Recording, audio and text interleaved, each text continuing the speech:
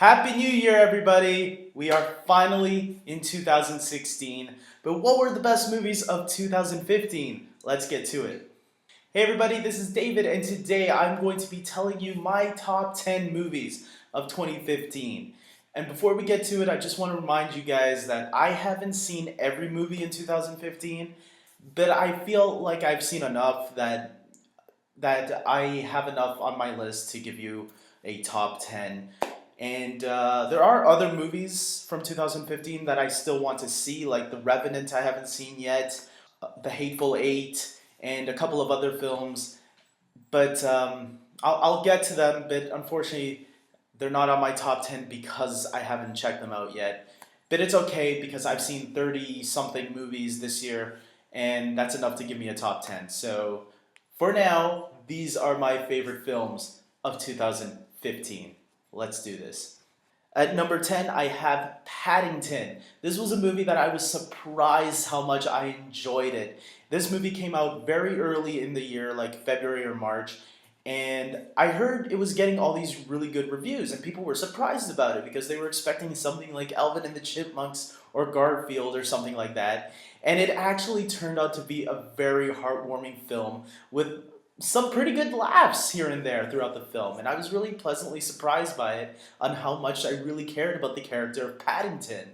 And I don't even remember reading too much about Paddington when I was a kid. I was aware of the character, but never really read the books and stuff like that. So yeah, the movie was a pleasant surprise, very heartwarming, and can lift your spirits. At number 9, I have Ant-Man. This is a movie that was really surprising for a lot of people, considering, a lot of people, Ant-Man, that sounds kind of silly, and it was surprisingly very funny and more entertaining than some other comic book movies this year. Fantastic Four! So, there you go. One question. Is it too late to change the name?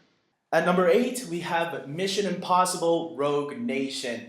The Mission Impossible series keeps getting better and better. I wasn't really a fan back when it originally started in '96, but the second one didn't grab my attention either. It was the third Mission Impossible that brought me into the fandom, and I really loved that one onward. Ghost Protocol is probably my favorite Mission Impossible film, and this one pretty much lives up to that one, where it's a great continuation, and you get to see all your favorite characters, such as, Simon Pegg returns, Ving Rhames, as well as Jeremy Renner, all teaming up again with Tom Cruise. It was a really fun film. I really enjoyed it. At number 7, I have Inside Out. It was great having Pixar back. We've missed it after a year absence, and it was a great comeback too. Inside Out was probably one of Pixar's best. I wouldn't say it's my favorite Pixar movie of all time, but I will say it was really enjoyable and a nice comeback for them. So, Riley, how was the first day of school? Fine, I guess. Did you guys pick up on that? Sure did. Something's wrong. Signal the husband. Uh-oh, she's looking at us. What did she say? Oh, sorry, sir. No one was listening. Is it garbage night? We left the toilet seat up. What is it, woman? What? At number 6, I have Kingsman, The Secret Service. This was definitely a year for spy movies. Mission Impossible, Rogue Nation, as I mentioned earlier. Spectre was a good film, but didn't make my top 10. And we also had The Man from U.N.C.L.E. But Kingsman, The Secret Service, to me, was the best spy movie, being a throwback to the old Bond films, which was a lot of fun, especially with the sci-fi fantasy element thrown into there. It was just a great film and really enjoyable, and seeing a lot of that great cast along in there too. Samuel Jackson as the main villain, who could have been an annoying villain, but they actually really pulled him off. And newcomer Taron Egerton was a really nice addition, and I can't wait to see where his career is going to go from here. At number 5, I have Avengers Age of Ultron. This movie to me wasn't as good as the first Avengers, and maybe not as good as The Winter Soldier as well, but it was still a really entertaining movie. Marvel, once again, proves that they know how to make great content, and this was just as entertaining as all the other Marvel films that they had introduced. Now, I'm going to admit it, I wasn't really loving it the first time I saw it. I thought, yeah, it was a good movie, but as I continued to watch it more and more, I actually grown to like it more and more. I actually had Ant-Man above Avengers at one point, but then as I kept watching Avengers Age of Ultron a couple more times, I guess I put it way over the top because it was my most anticipated movie of 2015, and maybe it didn't meet those expectations. But after I went back and watched it, I appreciated it a little bit more.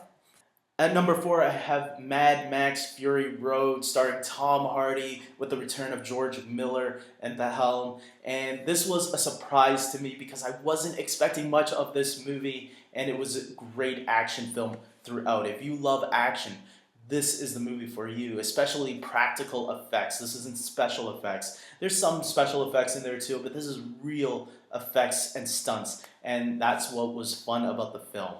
At number 3, I have The Martian, directed by Ridley Scott, starring Matt Damon. I did a group review of this. It was really enjoyable. I really enjoyed all the performances, especially Matt Damon, who really pulled through. This was his movie, and he carried it on out. It's really like Apollo 13 meets Castaway, and those kind of movies can be very difficult to get it right, but this movie pulls it off. At number 2, I have Star Wars The Force Awakens. This was the comeback that Star Wars fans have been waiting for, and a tremendous return, especially after the prequels, which I enjoyed. I enjoyed the prequels, but I know a lot of other fans didn't. And I think a lot of people can admit, yes, we are much happier with this movie than we are with the prequels. This movie echoed back to the original Star Wars film and really brought us that feel again that we all loved about that original movie. It was great seeing actors like Harrison Ford and Carrie Fisher return to their roles, as well as newcomers Daisy Ridley and John Boyega and Oscar Isaacs. These are great characters with a great future ahead of them, and I can't wait to see where their characters go. And I really enjoyed it all the way through, and I was actually struggling between this movie and my next movie over which one should be number 1 and 2. It was a really tight, close race. And I'm kind of saddened that I couldn't put Star Wars The Force Awakens at number 1, but right now I feel more confident that this is my number 2, but it's a very close number 2. So don't get me wrong when I don't put Star Wars on top. There are stories about what happened. It's true. All of it. At number 1, this is the movie that I put over Star Wars, just by a little bit, Creed.